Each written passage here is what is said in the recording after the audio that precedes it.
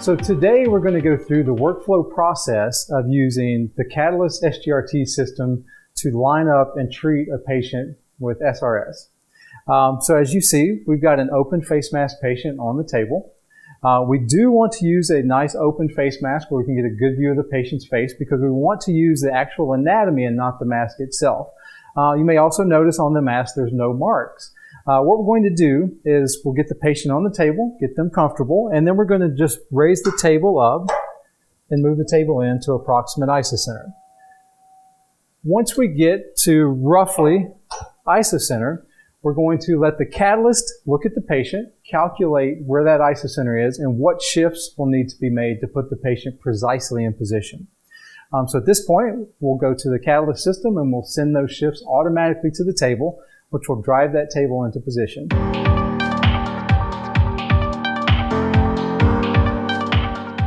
So after our rough alignment, Catalyst will do a calculation and will give us shifts. Here we actually have a lat long invert shift that we'll apply to the couch. The pitch roll and yaw look good for this patient. On the lower right of the screen, we'll just hit the couch move assist function. That will send the couch to the table. We'll accept that shift and drive the couch into position.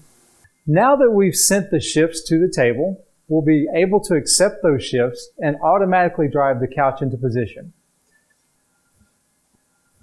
I'll use the pendant, accept the shifts, and you'll actually hear and see the couch is moving into position to put that patient into that X, Y, and Z position. Now, we also do a full volumetric calculation, so we have pitch roll and yaw control as well. Depending on the type of SRS positioning system you have, or if you have a hexapod or a 6 degree of freedom couch, those inputs can be input through the couch as well. Now our patient is in position. Catalyst will do another calculation that will make sure that the patient is properly positioned, fine-tuned, and then we'll be ready to do our imaging and treatment as well.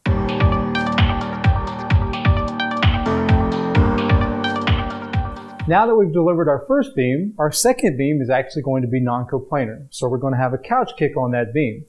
The Catalyst system is directly synchronized with your delivery system. So when you pull up a field with a couch kick, we're going to know that exact couch kick, and we're going to let you know when the patient's properly positioned. You can auto drive the couch. For this particular patient, I will just pull the patient into position, say a 30-degree couch kick. Catalyst, you can see, is watching the patient and doing a calculation.